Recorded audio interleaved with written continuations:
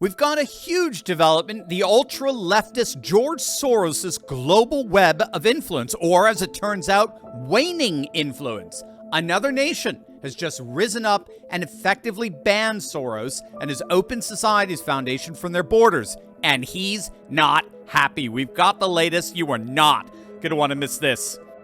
Hey gang, it's me, Dr. Steve, your Patriot Professor, here to help you stay sane in these insane times. So make sure to smack that bell and subscribe button. We're about to find out about a rising new civilizationalist world order. But did you know that that civilizational order is one of the chief reasons why the price of gold is skyrocketing?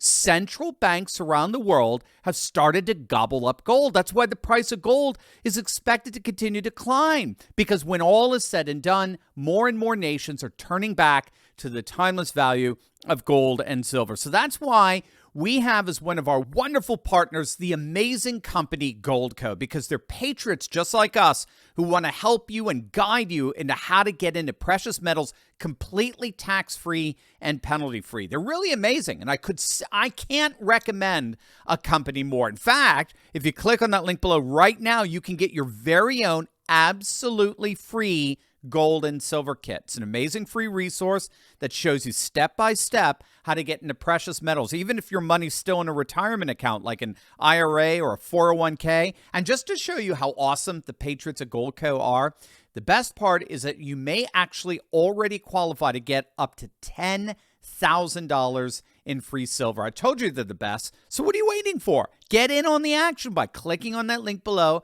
or going to turleytalkslikesgold.com and get your free gold and silver kit today. It promises to be a real life changer. I got to give a big shout out to my colleague Conrad Franz for covering this story for turleytalks.com. The nation of Georgia is but the latest country to pass a law that would effectively ban the likes of George Soros from their borders. The ruling conservative Georgia Dream Party recently passed an anti-foreign agent bill through their parliament. The new law requires organizations receiving more than 20% of their funding from abroad to register as, quote, agents of foreign influence or face crippling fines. The law is very similar to the one passed by the Russian government some years back that's been used to quash far-left NGOs like Soros' Open Societies Foundation with financial ties overseas. Now, this is absolutely key to understanding what's going on here in both Russia and wider Eurasian nations like Georgia. What's key here is that they see liberalization as essentially a foreign threat, right? By contrast, for us in the West, liberalism versus conservatism, right? The culture wars as we know them are civil wars. That's what's going on throughout the West, in the States, in Canada, in Europe. The culture wars are civil wars between traditionalists and radical leftists. But in Eurasia, in places like Russia and Georgia and Belarus, the culture wars are seen as foreign invasions. And so the leaders of these populations have been very successful in galvanizing their people to resist wokeness and the NGOs that function as Trojan horses to smuggle those destructive ideologies in, at least for the most part. Ironically, in Georgia, there's been a pretty significant blowback against the anti-foreign agent law. Protesters have been flooding the streets in the capital city of Tbilisi. This is because there's been significant efforts over the years by NGOs like Soros' Open Societies Foundation to foment color revolution sentiments among the population inside Georgia. And they're coming out in droves to protest this new law. But it appears they don't come anywhere near representing the vast majority of Georgians. Georgia is a very conservative, orthodox nation. Every year, when organizers try to put on an LGBT rally or march, tens of thousands of conservative Orthodox take to the streets to overwhelm and frustrate such woke efforts. Again, wokeness has not yet made its way inside Georgia, and that's precisely what this foreign agency law is trying to prevent. And obviously, Georgia and Russia are not alone in this. Back in December of 2018, Soros' Open Society Foundations announced that it had become impossible to work in what they called the repressive atmosphere of the nation of Hungary, and that they were indeed picking up and moving their operations, in this case, to Berlin.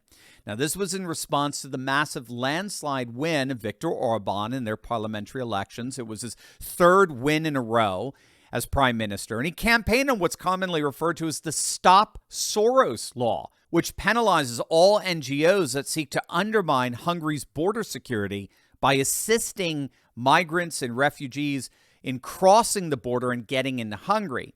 And the penalty, which involved massive fines and taxes, just made it impossible for Soros' Open Societies Foundation to continue their operation in Hungary. So Viktor Orban also oversaw the expulsion of Soros' Central European University from Budapest.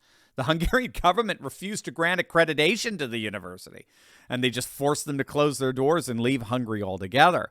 And here in the States, interestingly enough, you got the likes of Elon Musk comparing Soros to the X-Men villain Magneto, who's on a war path against humanity. And when a Twitter user defended Soros as having good intentions, which are criticized by those who disagree with his politics, Musk responded, "You assume they're good intentions. They're not.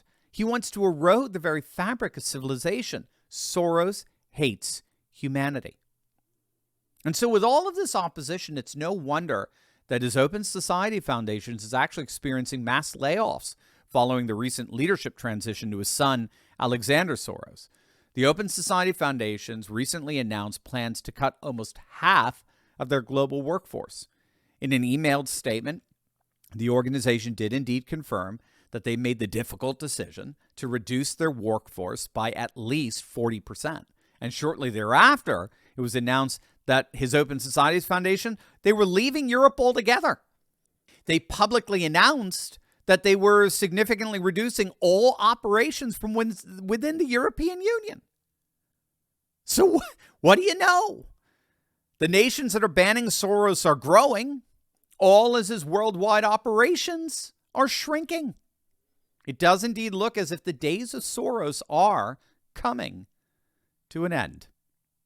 Here's your opportunity to tell big tech tyrants where they can stick it. Click on that link below and download our brand new cancel-proof Turley Talks app, and you can sign our special declaration of restoration. That's our petition to big tech that declares a new day is dawned. They are no longer in control, and we are taking our nation back. We've already got over 1,000 signatures of courageous patriots, and yours is next. Click on that link below or go to fight.turleytalks.com right now.